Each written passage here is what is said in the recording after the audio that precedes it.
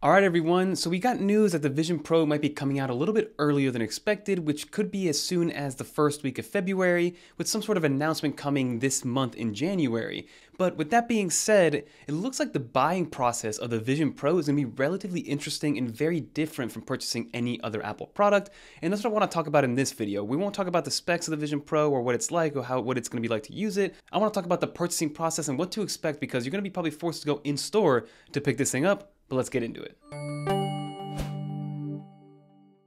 So the Vision Pro is going to be very different to how you purchase regular Apple items because normally if you want to purchase an Apple item, whatever the case may be, whether it's an Apple Watch, AirPods, an iPhone, you can pretty much do that purely online or pick it up in store. Also do it in store, and it's a very simple and easy process. There isn't much waiting around or any setup that needs to be done. But with the Vision Pro, since A, it's a first generation device, and B, it deals with your eyes and everybody's eyes having so many variables in terms of how far you can see, nearsighted, farsighted, people having astigmatism, people wearing glasses versus contacts, and all those things that go with eyesight. It's going to be a little bit of a different setup process as well as a purchasing process moving forward, and because of its price, it should be some sort of a luxury feeling purchase at the end of the day. Like if you buy a luxury watch, it's going to be a purchasing experience similar to that. And this is going to remind me a little bit of how Apple first initially released the Apple Watch. When their first Apple Watch released back in like 2015, I want to say was now at this point, what they did is that they had an Apple Watch section with a bunch of dedicated tables for people to go check out the Apple Watch, play with it, try it on, try different bands, and it was a very hands-on experience because people, again, it was a first-gen product, people wanted to see it, and it's something that you actually put on almost like a fashion item. So it has to fit to your wrist, you have to make sure the bands are long enough, and even now with the loop bands that don't have a clasp at all and just slide onto your wrist, you have to make sure it's able to fit around your hand and also fit on your wrist comfortably because you can't change the size of it. So we do have some information now of what exactly it looks like to actually get this thing purchased and get it set up, but I want to go back to WWDC of last year because our very own Chance Miller was actually in attendance at WWDC and he got some hands-on experience with the Vision Pro. And in his hands-on article, he did talk about the setup process when he first walked into the Vision Pro room, saying that there was some sort of setup process to make sure that it was fit for his eyesight, and then of course being able to fit around your head and things like that. But when it comes to the actual setup process, this was done using a simple scanning system on the iPhone 14 that was similar to the process of setting up your Face ID for the first time.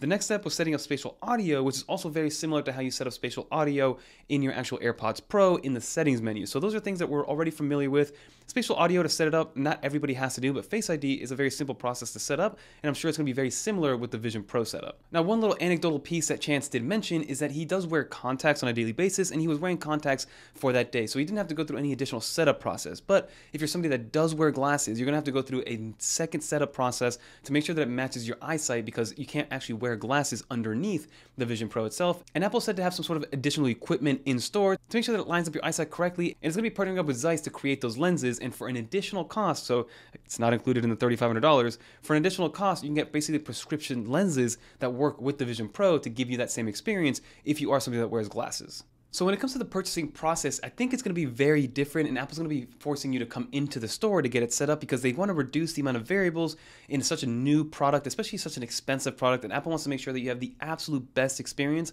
once you do take it home. So when you do take it home, you can just put it on and start using it and use it how it's intended to be used as opposed to just sitting there for 10, 15, maybe even 30 minutes, getting it fully calibrated and set up for your eyesight and for your vision and everything else. So maybe expect it to be similar to how Apple used to really make you set up your iPhone in store.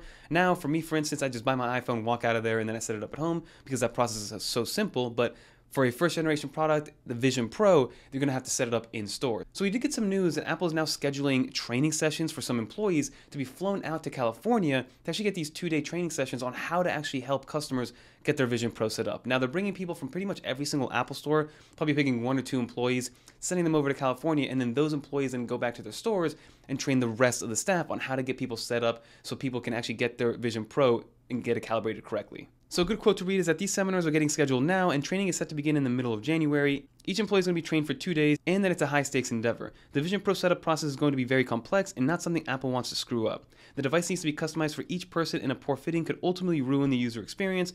Every step will be carefully orchestrated, including how retail employees approach a customer and how they place a device on the user's head. And then also there was a report that Apple stores will soon be receiving new equipment for assembly and box up, which then it increasingly sounds like the Vision Pro customers will be pushed to pick up the device in store even if they place it online. Again, so what I think is going to happen is you can probably place your order online. Again, there's only going to be 400,000 units. I think this is going to sell out extremely quickly, even though the price point is $3,500, and it's only going to be US based. People are going to be flying from all over the country to come to the US to be able to order this thing, which is absolutely unreal. But you order it online, then you probably schedule an appointment to go pick it up.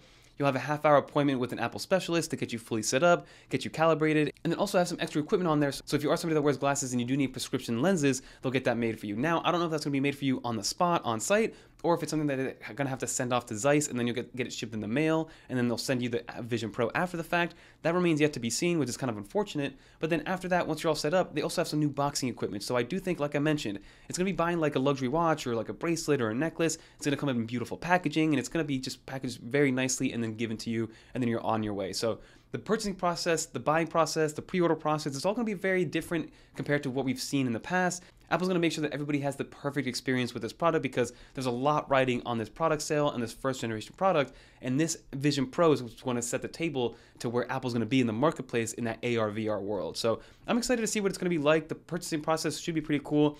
Definitely subscribe to the channel because I'm going to try to like vlog that situation if I do get the opportunity to, so you guys can see exactly what it's like and what kind of treatment you get and what exactly they do and what calibration even really means for the Vision Pro. But all things that you guys definitely should stay tuned for and subscribe and leave some comments down below of what questions I should ask, what questions you guys have. Are you guys excited for the Vision Pro to come out? Do you guys want to see what the review is like? And I'm going to be interested to see what I'm going to be able to actually show you because, again, a lot of the experience is going to be through the lenses of the Vision Pro, and I'm going to see how that translates in a video like this. But that's going to do it for this video, everybody. If you made it to the end, leave a little dolphin in the comments down below so I know that you made it to the end.